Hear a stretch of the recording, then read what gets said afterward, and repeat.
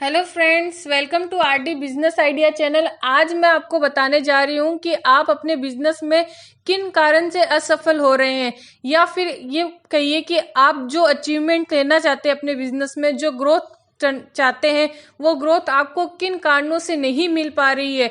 ऐसे ही कुछ कारण आपके बिजनेस में असफल होने के मैं आपको मेरे इस वीडियो में बताऊंगी, तो मेरे वीडियो को पूरा अंत तक देखिएगा। असफलता के आपके क्या कारण है? पहला है प्लानिंग। हम कई बार बिजनेस करने का सोच लेते हैं, लेकिन हम उसकी प्लानिंग नहीं करते हैं, जिस कारण से हमें उस बिजनेस में असफलता मिलना पक्का रहता है। क्यों? क्योंकि हमें कोई भी चीज प्लानिंग, आज आप कोई भी काम करें उस चीज की पहले प्लानिंग करें कि अगर आप ये बिजनेस करते हैं तो इस बिजनेस का फ्यूचर क्या है, इस बिजनेस को हमें कहाँ करना चाहिए, इस बिजनेस के अंदर हमें कितना पैसा इन्वेस्टमेंट करना चाहिए। इन सब चीजों की हमें हमें पहले से ही प्लानिंग करनी चाहिए। सफल बिजनेसमैन वही होता है जो अपने बिजनेस की पहले से प्लानिंग करके चलता है, अपने बिजनेस का एज ए फ्यूचर देख के चलता है। वो ही एक सफल बिजनेसमैन होता है। और असफल बिजनेसमैन वही होता है जो प्लानिंग के से नहीं चलता है। दूसरा कारण आता है डर। आप लोगों के मन में एक डर रहता है कि हम लोगों को अगर ये चीज बताएंगे तो क्या पता लोगों को ये पसंद आएगा या नहीं आएगा। या कई बार आपका जो प्रोडक्ट होता है आप अपने कस्टमर को उस हिसाब से एक्सप्लेन नहीं कर पाते जिस अकॉर्डिंग आपको एक्सप्लेन करना चाहिए। क्यों? क्योंकि आपका कॉन्फिडेंस लेवल लो होता है, आपका डर आ जाता है कि क्या पता कस्टमर चला जाएगा या कस्टमर को वो चीज पसंद नहीं आएगी। हमेशा अपने मन से अपने डर को निकालिए। उस प्रोडक्ट, जो भी आपका प्रोडक्ट है, जिस चीज का भी आपका बिजनेस है, उसके लिए पहले खुद को कंप्लीट जानकारी होनी चाहिए। जब खुद को अच्छे से नॉलेज होगा तब भी आप सामने वाले को अपना प्रॉपर नॉलेज दे पाएंगे। तो उस डर को निकालिए, अपने कॉन्फिडेंस लेवल को अंदर से बढ़ाइए ताकि आप अपने कस्टमर को वो चीज समझा सके। और कस्टमर को एक बार आप अच्छे से एक्सप्लेन कर देंगे तो वो कस्टमर आपके लिए फिक्स हो जाता है। तो इस चीज का, असफलता का दूसरा कारण होता है आपका डर। तीसरा है कस्टमर फीडबैक।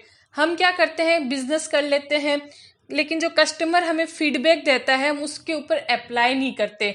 आप ये सोचते हो कस्टमर है ऐसे ही बोल के चला जाता है। नहीं, जो कस्टमर आता है वो आपको जो आपके बिजनेस के लिए गलत बताता है कि आपके बिजनेस के अंदर ये कमी है या फिर आपके प्रोडक्ट की ये क्वालिटी में कमी है, तो वो सही बताता है। क्यों? क्योंकि वो आपके पास एज ए कस्टमर बन के आया है और आपको सही चीज दे।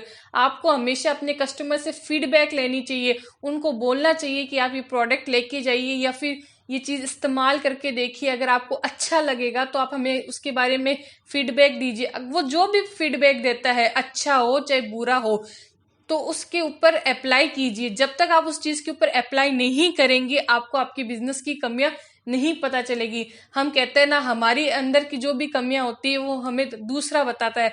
हम अपने आप को हमेशा परफेक्ट मानते हैं, जबकि हम अपने आप के अंदर इतने परफेक्ट नहीं होते हैं।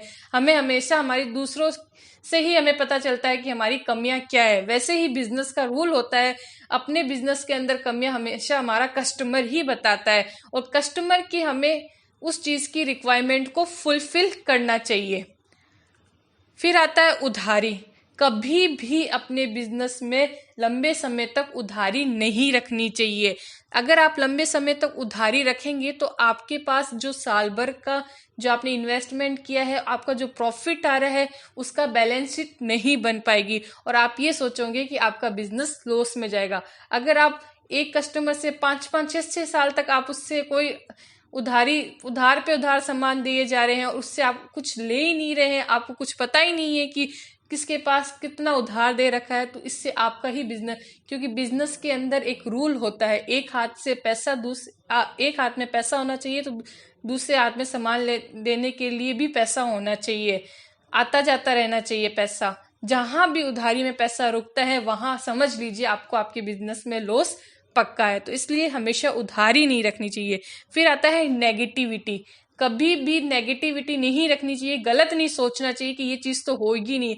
हमेशा अगर पॉजिटिविटी के साथ आप काम करते हैं तो हर काम सही होता है। एक सफल आदमी वही होता है, एक सक्सेसमैन वही होता है, सक्सेस बिजनेसमैन वही होता है जो हमेशा पॉजिटिव रहता है। नेगेटिविटी को अपने माइंड से शार्प कर दीजिए। एक बार में हार ना माने। अगर आपने एक अपने बिजनेस में हर नई नई स्कीम लाइए। आपकी एक स्कीम फेल होगी तो इसका मतलब नहीं है कि आप हार के बैठ जाए, नहीं, दूसरी चीज ट्राई कीजिए। क्या पता कौन सी चीज कब काम लग जाए और आपका बिजनेस बहुत अच्छा ग्रोथ कर जाए। आप सोचते हैं यार अभी ये बिजनेस नहीं चल रहा, ठीक है, बंद करके जॉब करने लगे, तो एक नहीं चल रहा दूसरा कुछ लाइए, या फिर वो क्यों नहीं चल रहा उसका कारण ढूंढिए। कुछ तो रीजन होगा कि वो बिजनेस नहीं चल रहा है, उसको कारण ढूंढिए, उसको सर्च कीजिए और सर्च करने के बाद उस चीज को अप्लाई कीजिए ताकि आपका बिजनेस चले। ऐसा कभी नहीं होता है, बिजनेस में फेल होने का कारण सिर्फ और सिर्फ आप ही होते हैं, आपके कारण ही आपका बिजनेस फेल होता है। कभी क्योंकि आप अपने बिजनेस के अंदर की कमियां नहीं देखते।